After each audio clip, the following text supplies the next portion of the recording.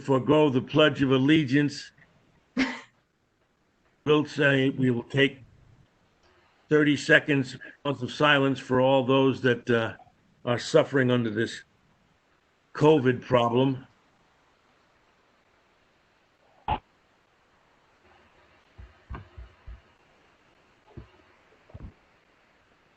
Okay, Deb, would you do a roll call, please? Okay. Proctor, Here.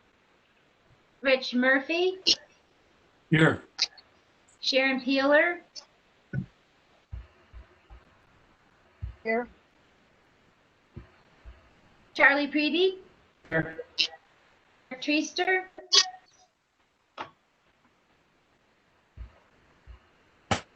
Here. Marie Pedro, Here. Tony Capan. Here. Kyle Felice, zoning official.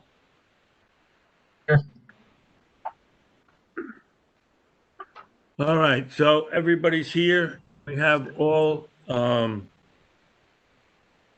full members, so we don't need to appoint any alternates.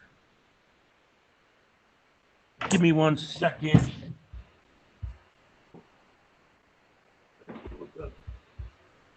Oh, the application's right here. All right. I will read application 959 into the record.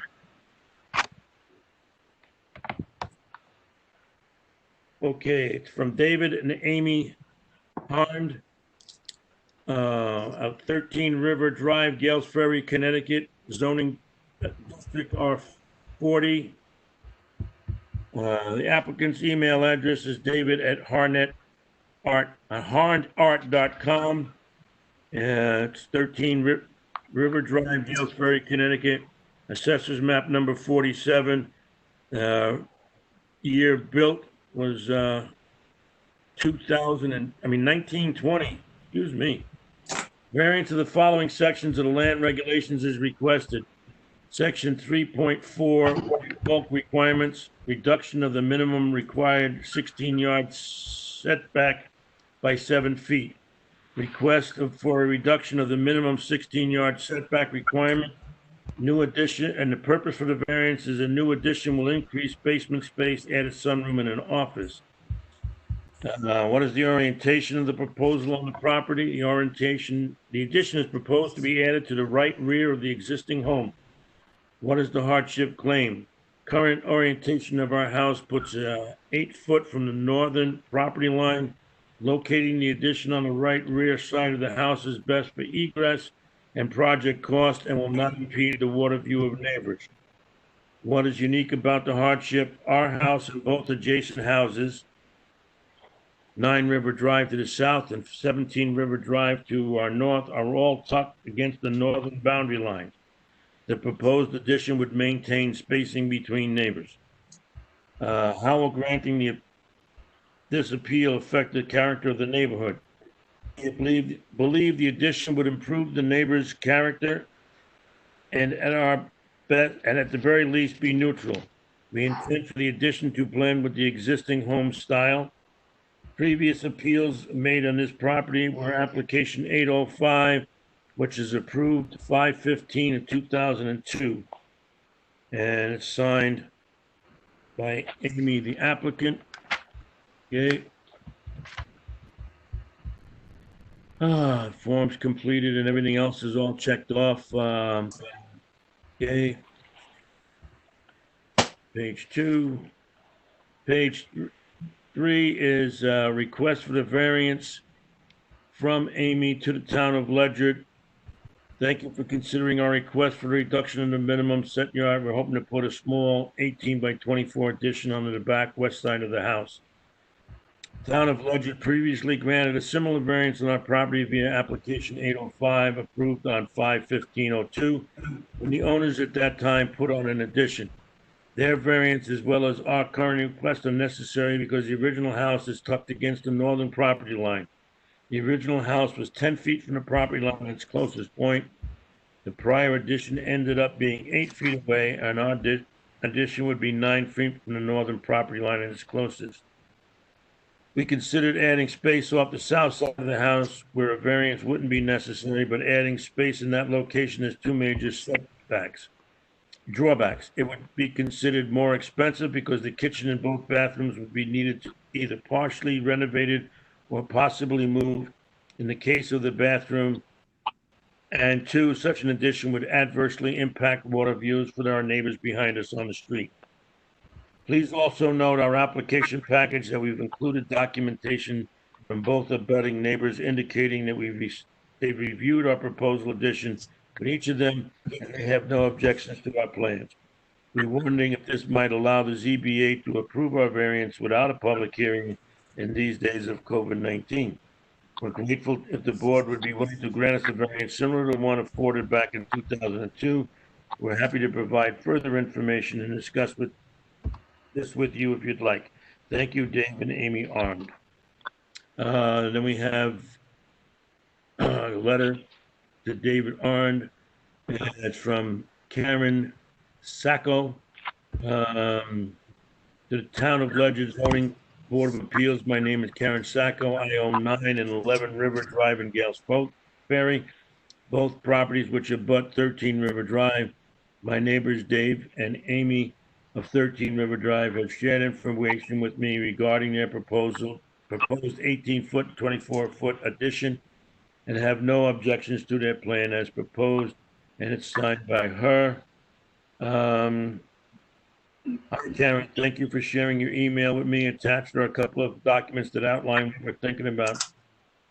The plot plan attachment is an annotated plot plan from when the last addition was done back in 2002, showing roughly where our addition would be placed. The Google Maps attachment shows essentially the same thing, but using Google Maps satellite view. We're hired a surveyor to formally survey our property, which is a town requirement. The addition would be something like 18 by 20 off the back of the house on the northern part. As you can see, the addition's footprint would be placed part of the existing deck and would also be closer to our neighbor's property line in the north, although the addition will actually be further from the north property line than the existing house is. I reviewed the plan with those neighbors and they have no problem. Since our home is already tucked against their property line and no views will be impaired, the addition itself would be fairly simple, just a basement, sunroom, and probably an office upstairs. No plumbing since we're not adding the bathroom or anything like that. Nothing in what we're proposed would put us closer to your property line for either 9 or 11 River Drive. If it would be acceptable to you, I was hoping to include signed letters from you and our neighbors to the north indicating that you have no objections to us doing this addition. I think that normally the town would send out registered letters to abutters as part of their variance approved process, but with COVID impacting everyone's schedules, I'm hoping that including letters in advance would save the town that step and give us a chance of doing the addition this summer. Please let me know your thoughts when you have a moment. Thanks, David. The next item is we and Raymond and Petra Maynard own 17 River Drive, Gales Ferry, Connecticut, which abuts 13 River Drive to the north. Dave and Amy, who own 13, have reviewed their plans for proposed 18 by 24 addition off the back of their home. So as outlined on the property survey below, we have no objections to their proposed addition, and it's signed by both of them on 5/13/2020. The next item is a larger blow up of the limited property survey that was provided to them to review. The next item is the property information from the town, gives you the ownership and picture of the house. It's 2 pages of that. The next item is Connecticut Maps Online, which shows you the houses on River Drive, number 7, number 9, number 11, number 13, and number 17. The next one we have is a picture of 13 River Drive as the way it looks right now from the front of the house. Then we have a picture of River Drive, 13 River Drive, with a rear view of the house showing the present deck and a rendering of the proposed addition. The next item is a survey map, a limited property survey map of 13 River Drive, which shows the layout of the property and where their proposed structure is and the reduction in the setback from the property line. The next item after that is a notice. It's the notice of grant of a variance. This is the variance that was granted in 2002, which gives you the, which reduced the setback for a 9.5 foot reduction of the minimum setback. And also included is the meeting minutes. It covered that application, both regular and, yeah, public and regular meetings. All right. Oh, let's see. The gentleman, I see Mr. David Harned is here. Would you please speak up and identify yourself? Hi, it's me, Dave Harned. Okay, you're the owner of 13 River Drive? Yes. Okay. The reason for this addition? The overall reason is just to add a little bit more space. The basement is a partial basement under the house. The prior addition had a crawl space beneath it, so we were hoping to add a little bit more storage in the basement. A sunroom off the back, mainly because the house is pretty dark, and then just add a little bit more room upstairs for an office. Okay.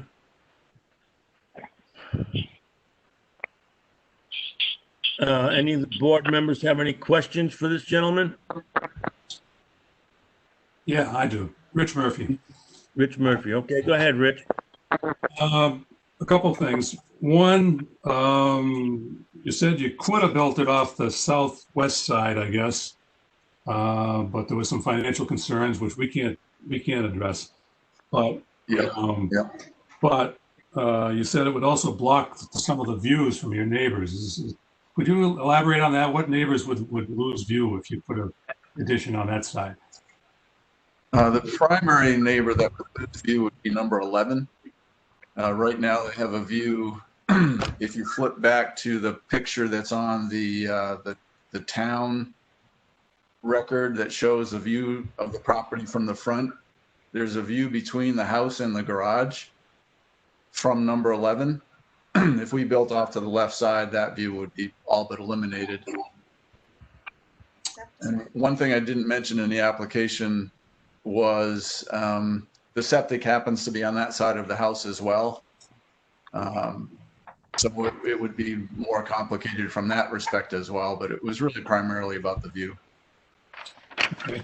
All right. Thank you. Mr. Chairman, I have a technical thing I want to bring up. I think that the application is a little deficient in that it only addresses a variance against the bulk requirements.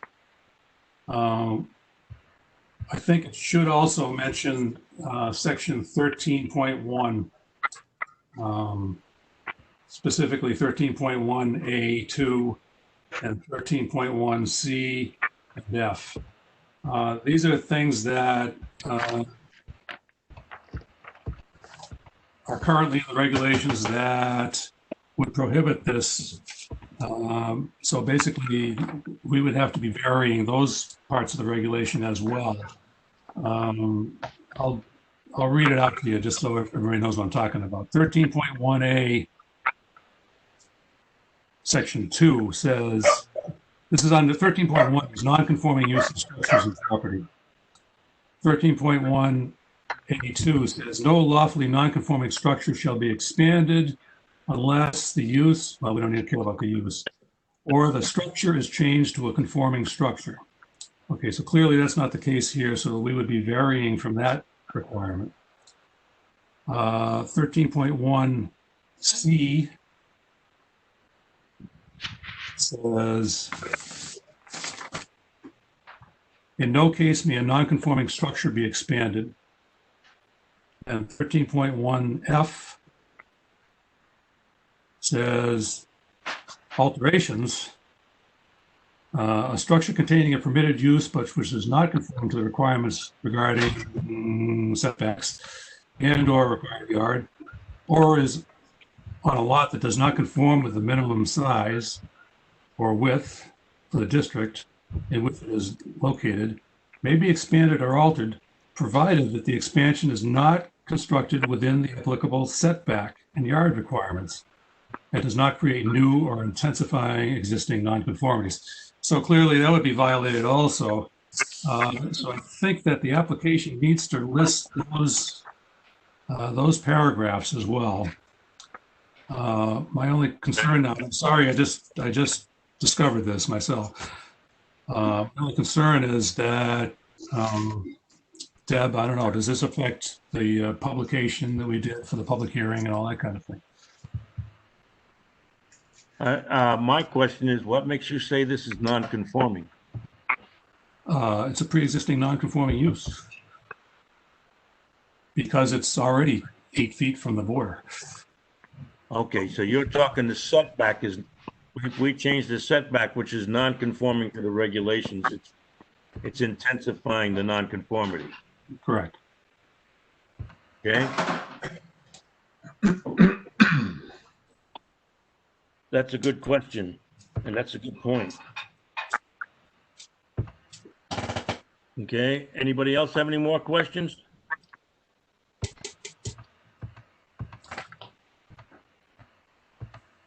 Eric? No,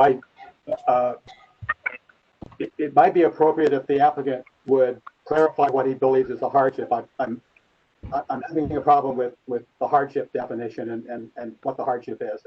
It appears that the real hardship is that he cannot use the property the way he wishes. And I just want to make sure that that's only hard. I just want to make sure that we really understand what the hardship is, because we have to document that as our reason for how we vote. So just my thoughts. Okay. Mr. Harned? Okay. I guess I understand the point about the hardship. I guess and I also understand someone made the point earlier that financial considerations aren't really something that you guys are able to provide a variance for. I understand that. I think that the only way I guess we could consider it a hardship is that we don't want to put an addition on the house that's going to impede the views of our neighbors. And the only reason that we're forced to request a variance is that the house being so close to the property line already, the only viable place to put the addition is off the back of the house right along the property line. If I go off to the other side of the house, the south side of the house, the neighbors will virtually lose their view of the river. So, maybe it's as much a hardship for them as me. I don't know quite the best way to say that.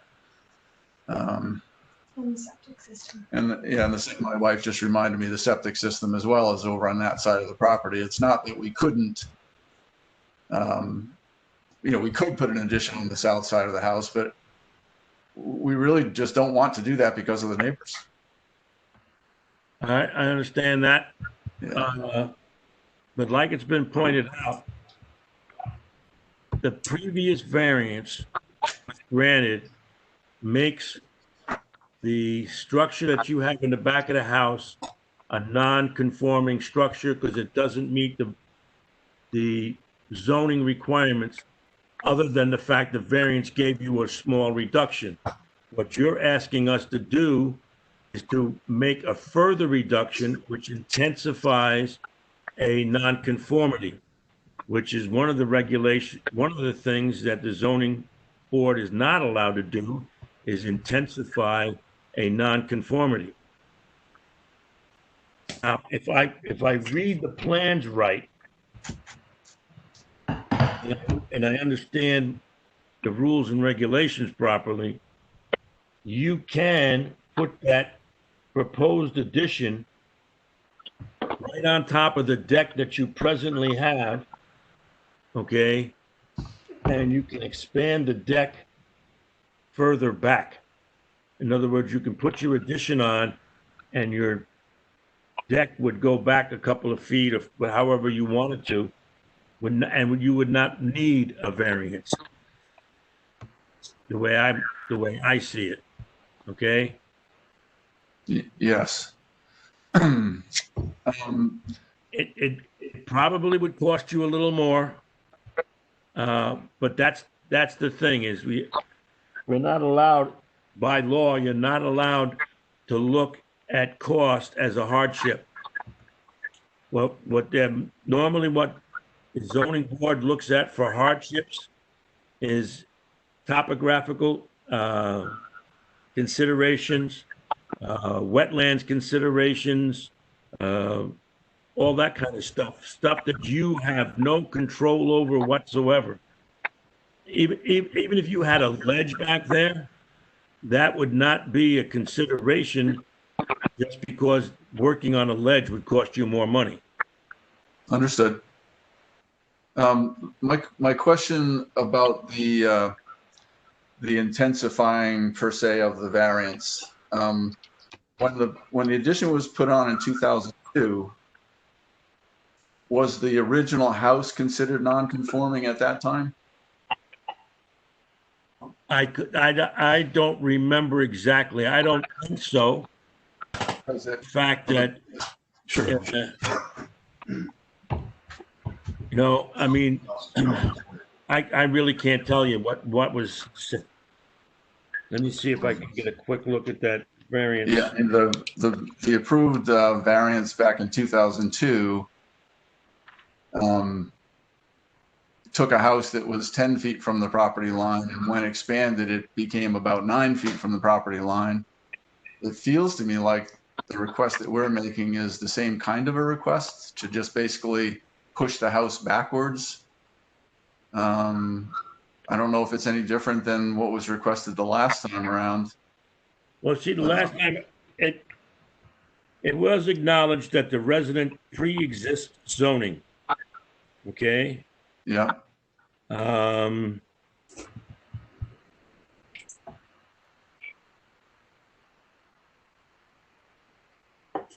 Okay, in response to the question regarding the septic system location, Mr. White explained that the proposed addition would have no impact on the septic system, but that the septic system location prevents an alternate location for the addition.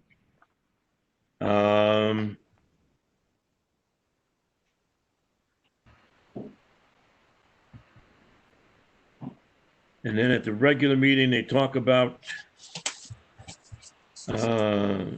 Alan moved to approve the thing. He stated that hardship is due to the fact that the land which pre-exists zoning is positioned near the property line with no other alternate location available for reasonable enlargement. The property will have a positive effect on the character of the neighborhood. The proposed installation would contribute to energy conservation.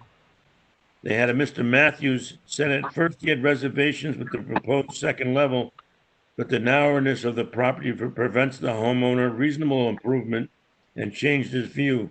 Because there's no other way to accomplish the improvement, he has no objections to the plan.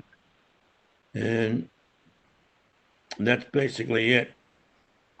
I was there at the meeting, and the applicant answered all concerns at the time. So we gave him it's the side yard setback that we gave him the reduction in. Okay, to my understanding, it really didn't change where the house was. it changed the side yard setback because you were extending out the back. And out the back of the house, there was more than 16 feet for the side yard. Yep. Okay. So we're doing the same thing again. I don't know what to tell you, but Yeah. It feels to me like the request we're making is virtually the same as the prior one. well, yeah, it could very well be true. But the problem is between 2002 and 2020. I mean, 2002 and 2020, the rules and regulations and the laws have changed, especially the way the courts view it. The courts are getting a lot stricter on towns, saying that the hardship really has to be present. Okay, not just allowing the owner to do what he wants with his property. Are there any other questions from any other board members or anybody else wants to say something? Mr. Chairman, this is Eric. Yes, Eric. Rich Murphy brought up the issues in section 13. I'm sorry, section 13. And they're pretty clear in the regs. It's silent in the application. One of the possibilities might be to continue the public hearing to another evening so that the application can be amended to address 13.1.f, I believe. Page 93 of the regs, which is what I think that's what Rich Murphy discovered. And by amending the application and keeping the public hearing open, there's no need for a new application fee. There's no need for a new legal notice and so forth. So, but that is a possibility to take care of the section 13 issue. Okay, and by amending the application, do you think it's going to improve his chances? Mr. Chairman, we cannot discuss that during the public hearing. I'm just saying that right now, I believe the application has omitted an important requirement. Okay, and we have to amend the application, otherwise the application would be improper and therefore we wouldn't properly be able to review it or vote on it. Right. All right.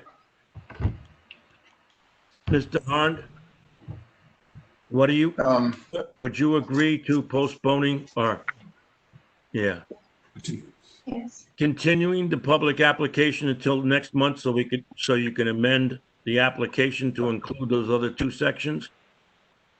Certainly. We're late enough in the year where this isn't something that we would be starting this season anyway.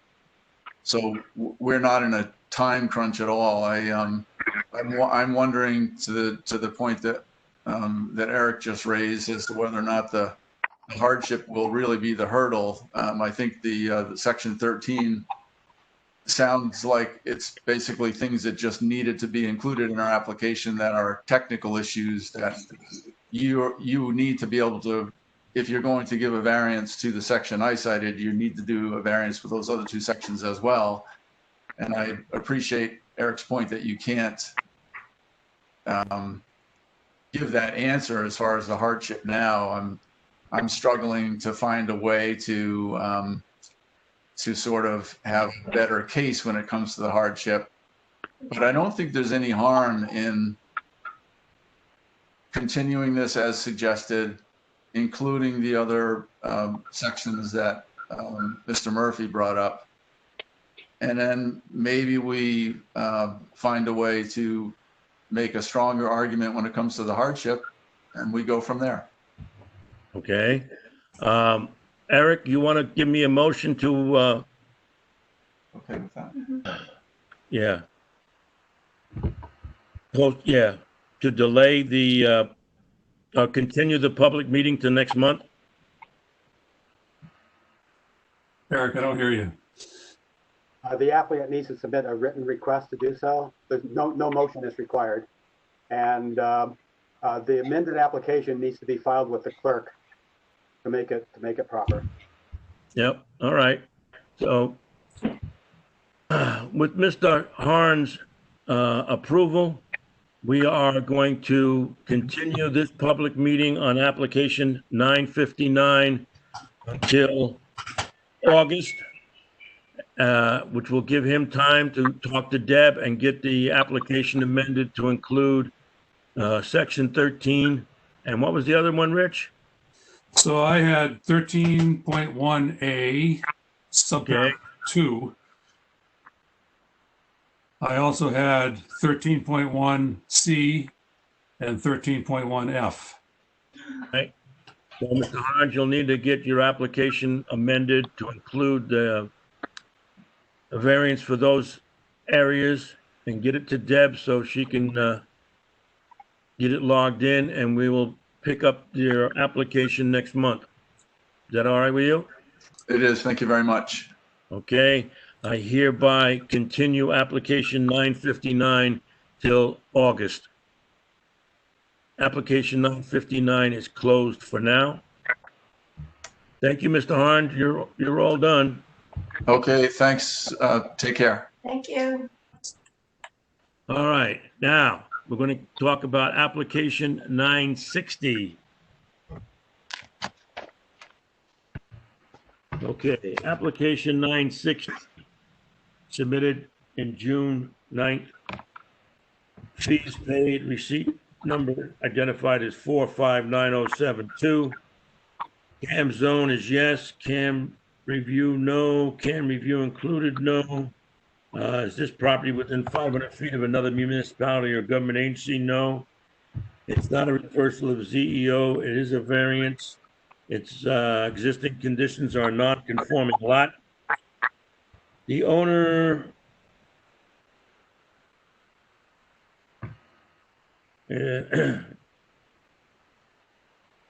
okay, 160 Military Highway LLC, phone number 860-376-2386.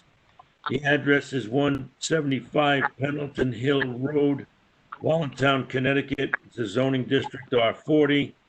The agent is Boundaries LLC. A letter. Okay. The address is P.O. Box 184, Griswold, Connecticut. Phone number 376-2006. The applicant's email is richard.levy@gmail.com. Address of the affected premises is 160 Military Highway. The assessor's map is 119. Year of approved subdivision is NA. The year built is 1912. Okay, variance of the following sections of the zoning regs is required. Section 3.4, minimum lot area for R40 district. More specifically, to reduce lot area from 3,276 square feet existing to 2,355 and 500 square feet proposed. What is the purpose for the variance? Boundary line adjustment between two properties, 160 and 162 Military Highway. What is the hardship claim? Irregular partial shape and 20-foot maximum high large ledge rock outcrop effectively truncates a portion of the property from the residence. What is the unique about the hardship? Proposed boundary line adjustment will improve irregular partial shape and utilize large ledge rock outcrop as a natural barrier to more equitably locate area between parcels. How will granting this appeal affect the character of the neighborhood? Positive, because the area of the two adjacent non-conforming lots will be more equitably allocated between the two lots and along the natural ledge features. And this is signed by the agent from Boundaries LLC. Okay. The second page has nothing really. Everything is marked off. The business detail for LLC is on the third page, gives all the previous listed addresses and phone numbers. Fifth page, received on June 9th, 2020, to Town of Ledger Zoning Board of Appeals, owner and applicant's authorized agent authorization for land use permitting, to whom it may concern, I, Richard Lefebvre, designated agent for 160 Military Highway LLC, do hereby authorize the firm of Boundaries LLC to act on my behalf before the Town of Ledger Zoning Board of Appeals for the requisite land use permitting activities associated with the proposed boundary line modification between the two properties identified as 160 and 162 Military Highway in Gales Ferry, Connecticut, and it's signed by Richard. Okay, then we have the Town of Ledger Property Summary Report. The next one, and it's got a picture of the house behind it. The next one is the Ledger Connecticut Maps Online, which shows you 160 and 162.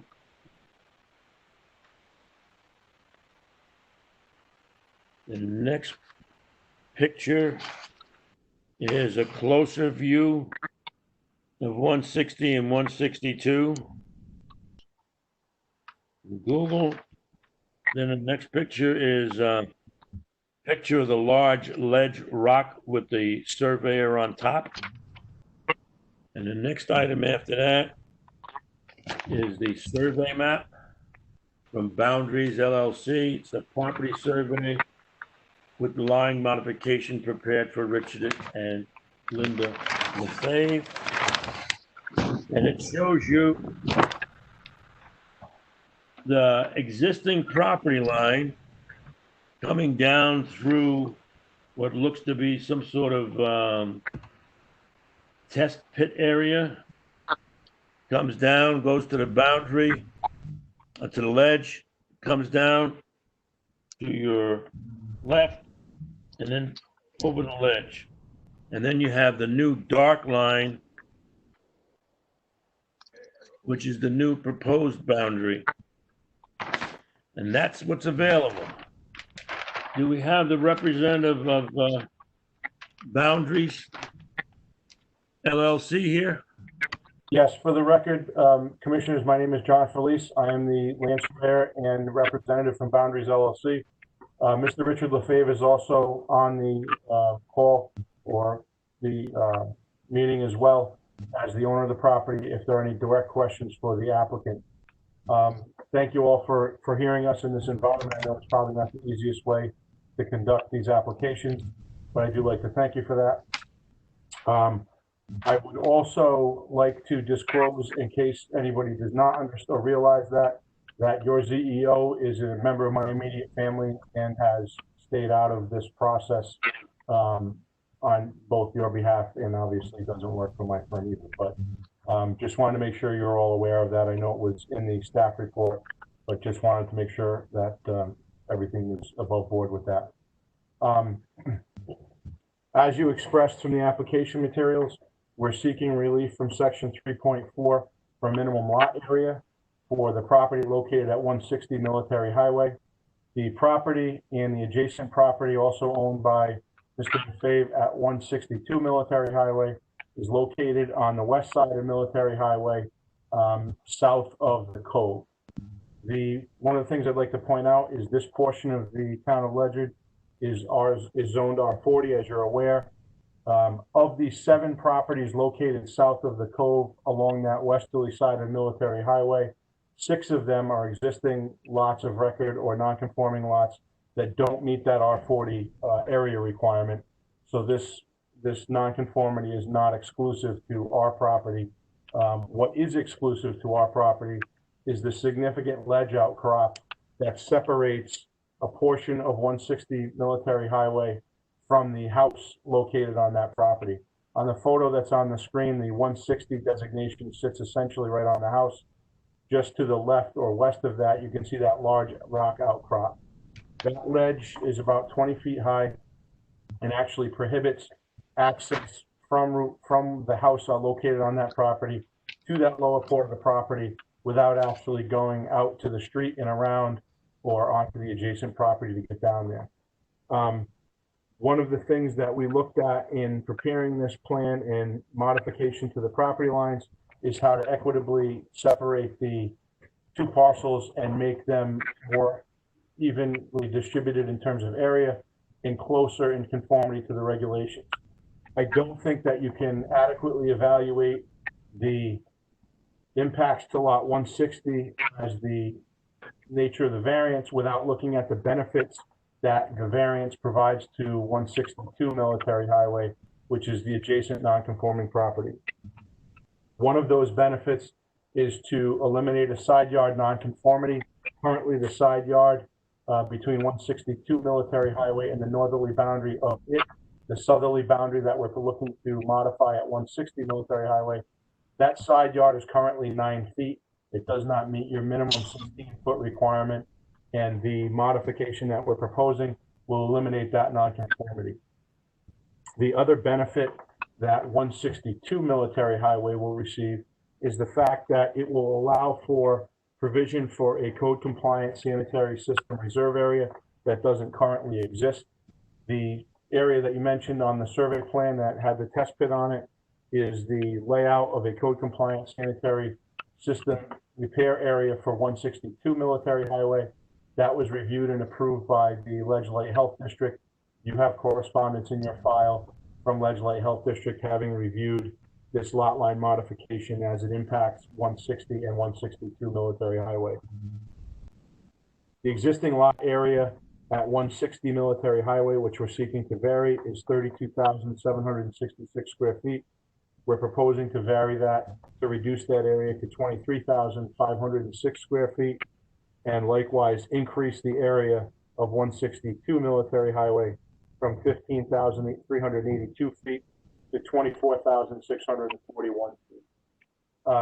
The variance that we've requested will place the boundary line along the face of that ledge and effectively provide the utilized portions of the property for each of those lots allocated to the appropriate lot. And it will also balance the area of the nonconformities. As you can see in that photo, like I mentioned, 6 of the 7 properties west of Military Highway in this area and south of the Cove are all non-conforming lots. We're looking to separate, or not separate, but relocate that division line further to the north that will divide those 2 properties more equally. We have also laid out a code-compliant sanitary system area on 160 Military Highway, which is included on those plans. And the granting of this variance will allow both properties to have an adequate sanitary repair area and both properties to have access to the usable portions of those properties.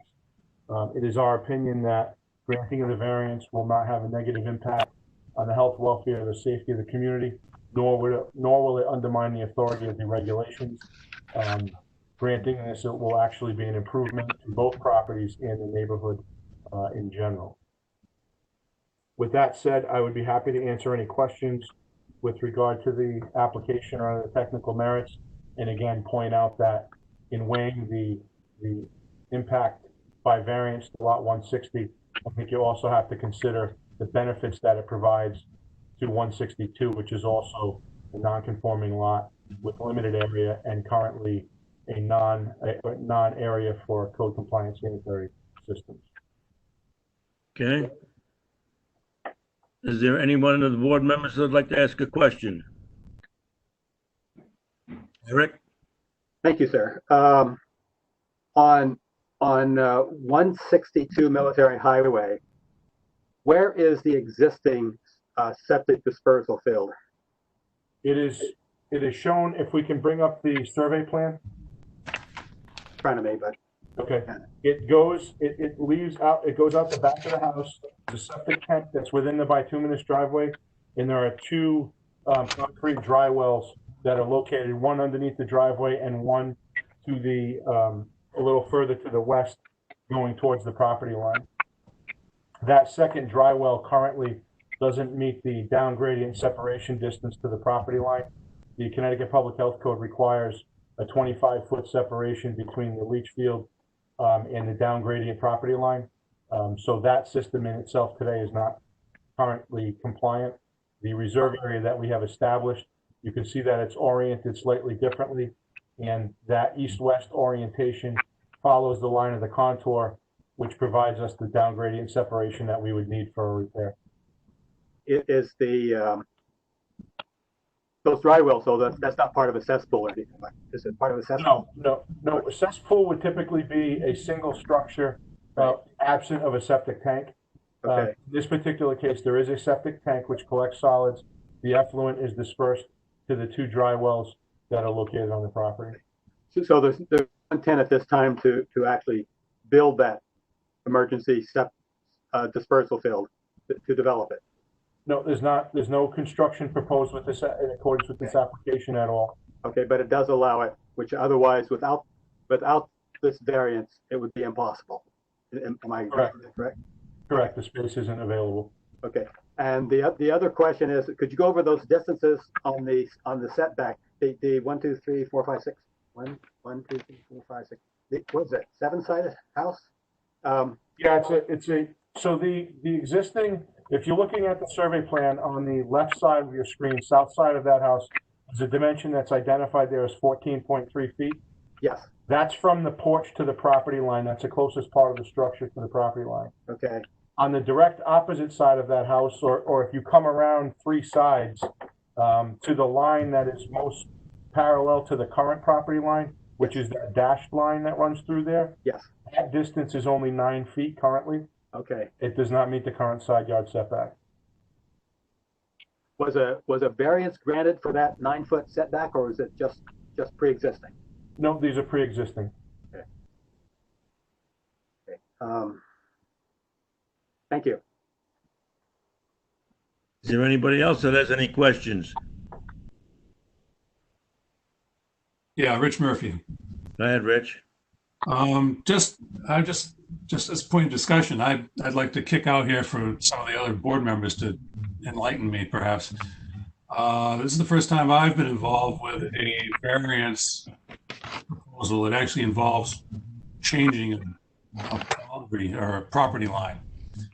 Normally the property lines are fixed and we're trying to figure out where to put a structure or not put a structure.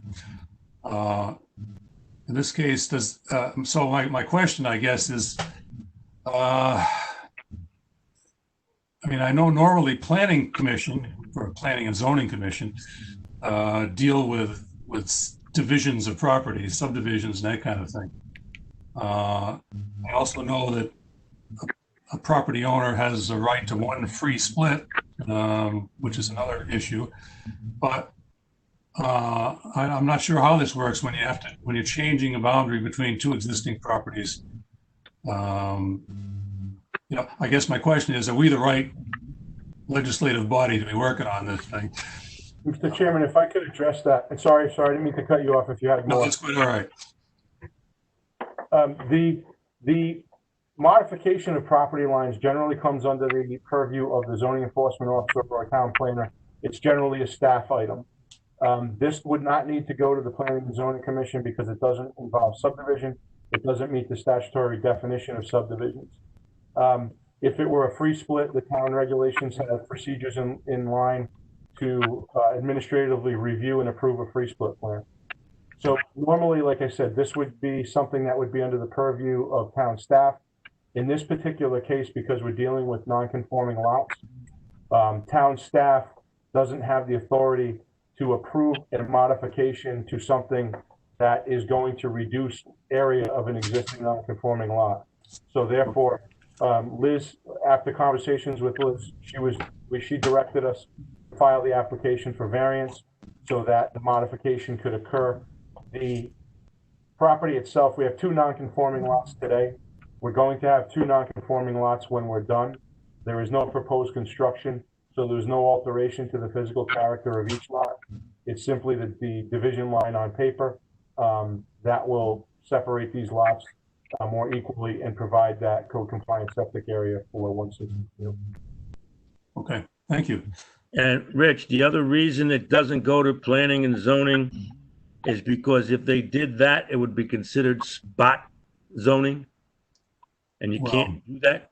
I'm talking about the planning aspect of the planning and zoning. So they do land divisions. Well, it's still called, their planning, if they were to do that, change the boundary, that's called spot zoning. And you're not allowed to do spot zoning, Yeah, okay. okay? So that's why it comes to us. All right, one more point, and this is similar to the last application. I wasn't, I don't have the application right in front of me, so I don't know. Are we varying only the bulk requirements, 3.4? Or is there some reference made to section 13.1 again on this? Sir, if I could address that again. As I understand it, section 13.1 deals with non-conforming uses in buildings. This application is solely a bulk requirement. We're not modifying any uses or buildings. And the function of the ZBA, as I understand it, is to vary bulk requirements, not uses. There's been recent case law that prohibits a variance being granted for a use. So if someone were, say, for example, this is a residential zone. If someone were to want to open a business here and applied to your commission for a variance to allow a business to be located in a residential zone, that's not something that can be varied. That's a use item, not a bulk requirement. Right, I understand. It is relief for bulk requirements only. I think I respectfully disagree. Section 13.1, well, it's section 13 in whole, and 13.1 specifically says non-conforming uses, structures, and property. Okay. So this property is certainly non-conforming. Yeah, but And I believe 13.1A5 is something that you would be needing a variance for. It says, the lot on which there is a non-conforming use and or structure, okay, so you have a non-conforming structure at least, shall not be reduced in size unless the lot will be equal to or larger than size than minimum lot size permitted in the district, which it won't be.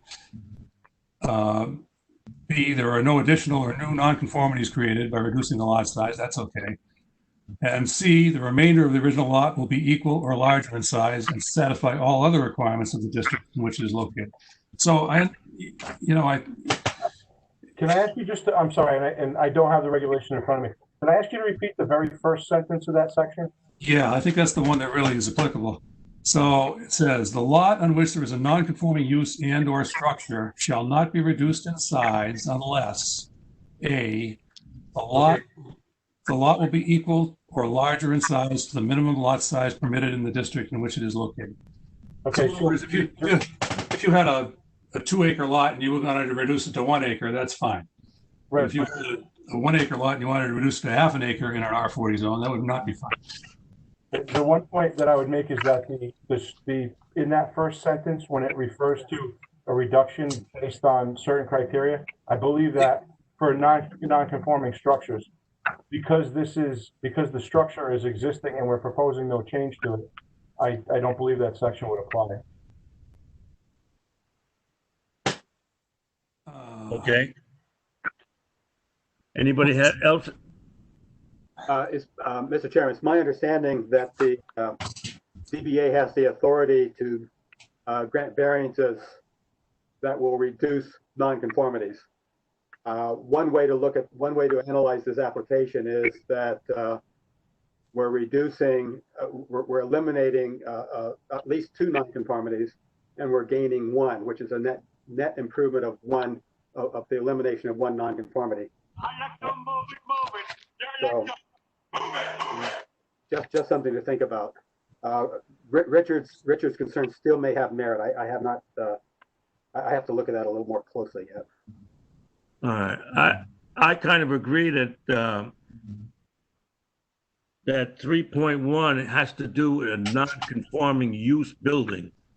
Okay, not necessarily that the house was built and it has non-conforming applications like the side yard setbacks and stuff like that, because I think that's all pre-existing to zoning.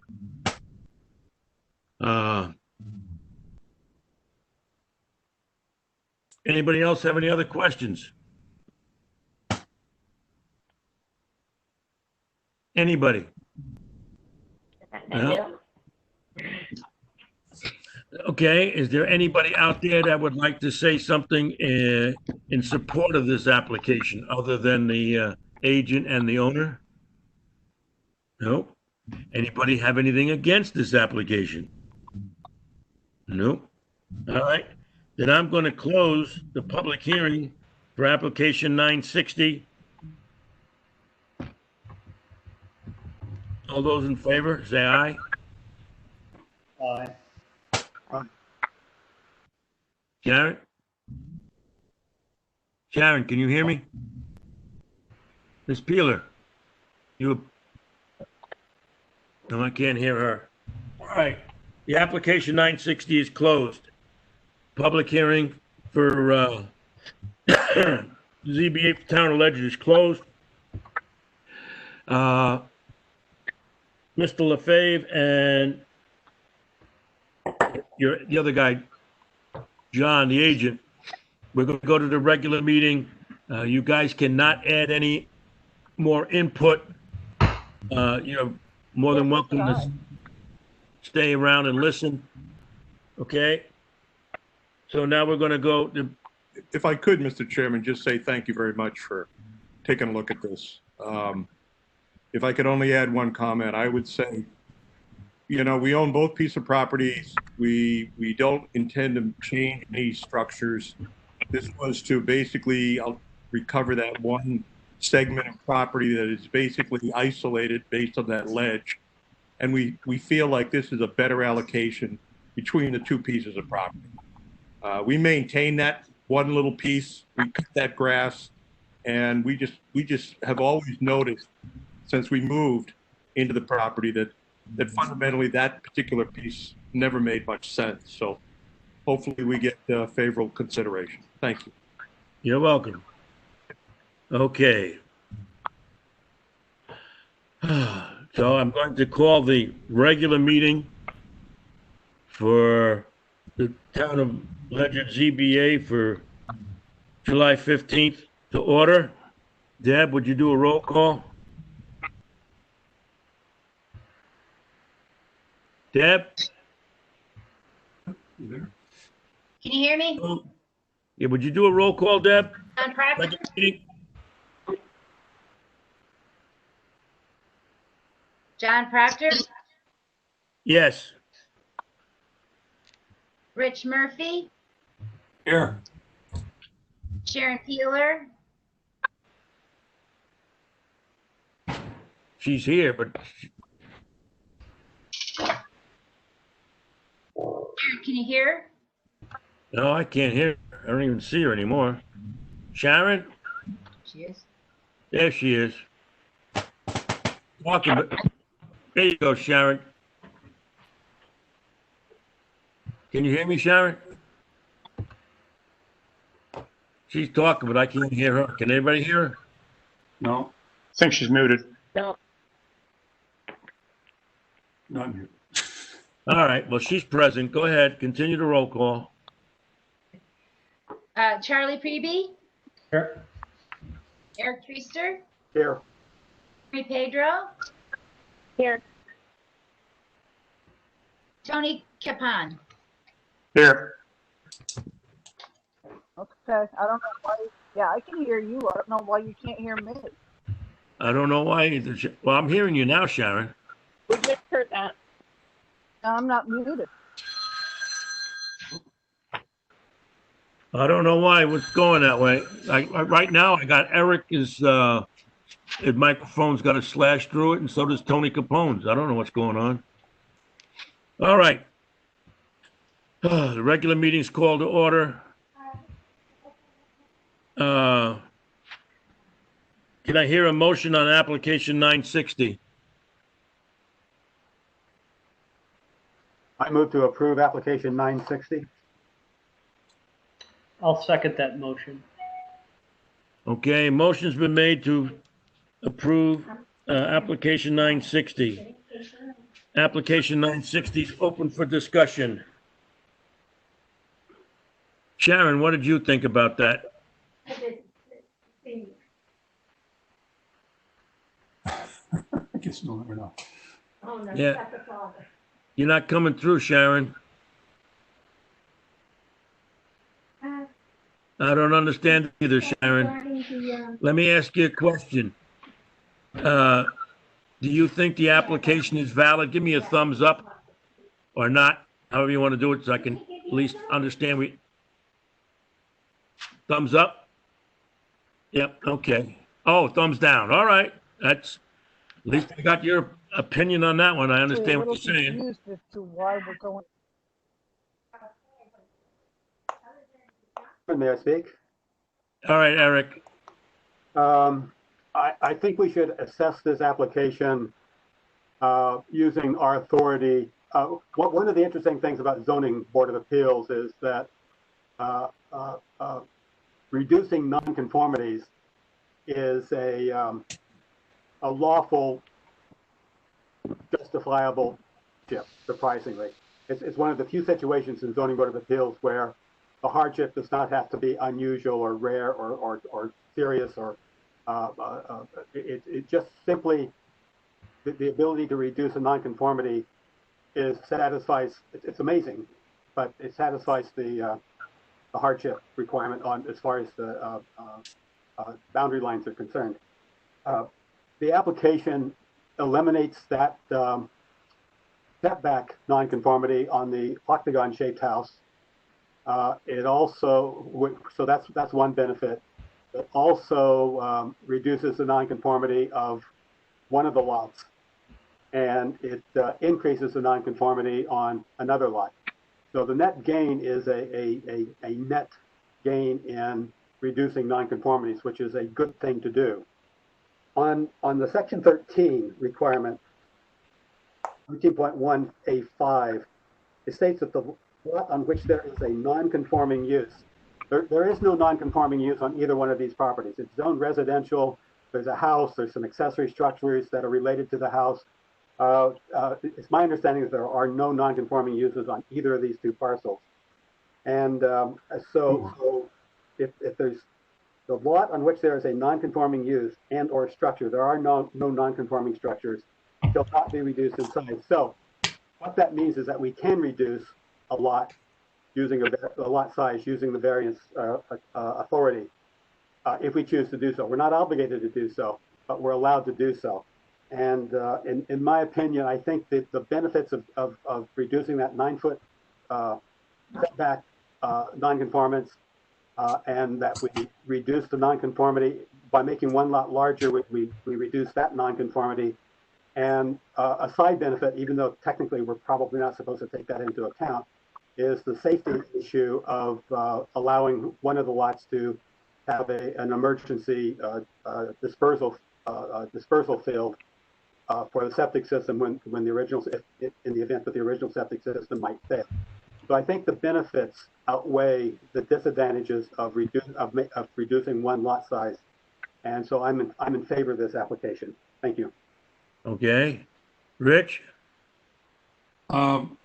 Yeah, I only brought up the section 13.1 paragraphs for purity, purity of the application. It's not an issue to me if the applicant is willing to accept any risk there is involved with somebody later challenging the variance. I agree with Eric. I think that it's overall a good application, a good thing to do to reduce the nonconformance in general. And it seems to make a lot of sense to make the one property that's all in one level, all one piece of property, and the other one a separate piece of property. It also makes both properties more or less equal in size, which is kind of a bonus.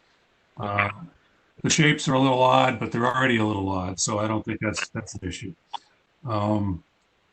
Overall, I'm in favor of this application as well. Charlie? Yeah, agreeing with Rich and Eric too. We are reducing nonconformity. The lots are already nonconforming. We're not really adding to the condition in a negative way. Okay. Marie? I agree with the guy. I don't count tonight anyway, but I do agree. I think that we're fixing a wrong. All right. Personally, I think the big hardship which he brought up is the fact that the one lot doesn't have any septic recovery area, okay? If those two dry wells go, he's got nothing. Basically, the house gets to be condemned because there's nothing that you can do without a septic system of some sort. So I would agree with everybody else that this application should be approved. Is there anybody else that would like to say something? Tony? No, other than agree with Eric that I don't think there's any non-conforming use or structure on this property, so I don't think 13.1 applies. Okay. I'm glad to meet you, Tony. I don't think we've met before. I don't believe so either. All righty. So we have a motion to approve application 960 to change the boundary, which would basically change lot number, Military Highway lot number 160 to 23,506 feet, and change Military Highway 162 to 24,641 feet using the new proposed property line via their survey. All those in favor, please say aye. Eric? Eric says aye. Rich? Aye. Aye. Charlie? Aye. Sharon? Sharon, are you there somewhere? I can't even see her. Sharon? Well, Sharon indicated that she did not approve of this application, so I'm going to put in a no vote for Sharon. I'm going to vote yes. That's 4-1. Application 960 is approved. It is approved because it is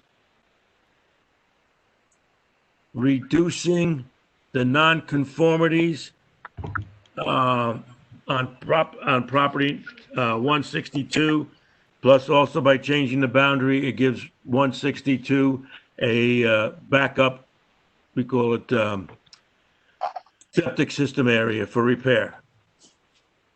Okay, Deborah? You get that? I do. It's being recorded anyway. Okay. Can you make this agenda go up or whatever? I'm not sure how I do that. Thank you all for your time this evening. You, sir. Good luck. Thank you. All right. There we go. So that's okay. Correspondence we have, gentlemen. Let me see if I can find it here. Guys all got your yellow letter? John, please change my vote. Say it again? Okay. It was Sharon, and she said, change your vote. Oh, change your vote. You approve, Sharon? Deb,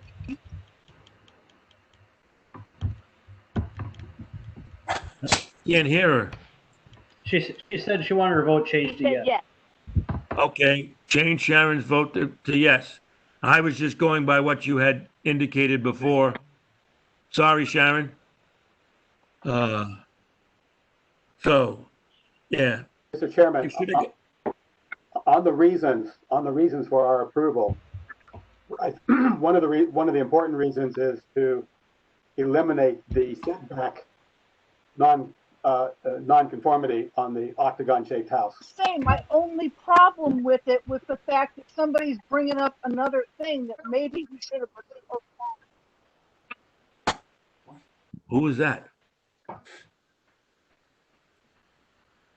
Who said that? That was Sharon, and she said, Because this My only thing isn't working, you guys didn't understand what I said.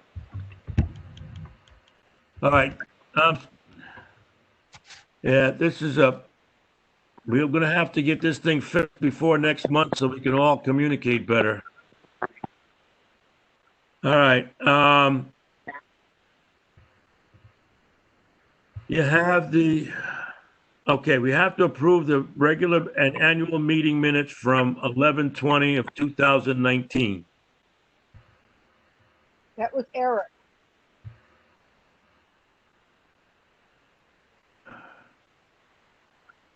All right. All those in favor of approving the ZBA regular and annual meeting minutes from 11/20/19, say aye. Aye. Aye. Okay. Ayes have it. Correspondence, you guys should have gotten an email from Deb, which gave you the Confederation newsletter. That was pretty interesting. I don't think we have any old business. Is there any old business to go on? Nope. Nope. A discussion on ZBA application fees? Mr. Chairman, I move that we adopt the current application fees. Okay, I don't think we need to adapt them because they're already being implemented. The town's the one that does that. So, according to the latest applications we got, the application fee is $500 that they pay to us, $60 for state fee, which makes it a grand total of $560. And the biggest reason I got from Deborah on this is the cost for all these notices we have to put in the newspapers. So a motion's been made to accept the application fees the way they are. All those in favor say aye. Aye. Aye. All right, every motion has been passed and acknowledged. Okay, anybody else got anything they want to say? No. Good. We'll see you guys. Tony, I want to welcome you to the board, Tony, and hopefully we'll get to see one another here soon. Deb,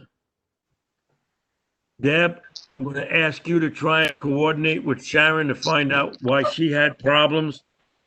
And I will be talking to you about problems what I had.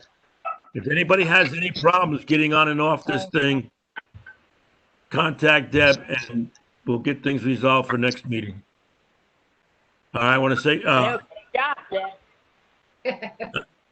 I'm going to the Zoning Board of Appeals regular meeting for July 15th is hereby adjourned. Good night, and thank you very much, everybody.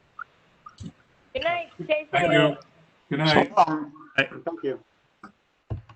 Deborah?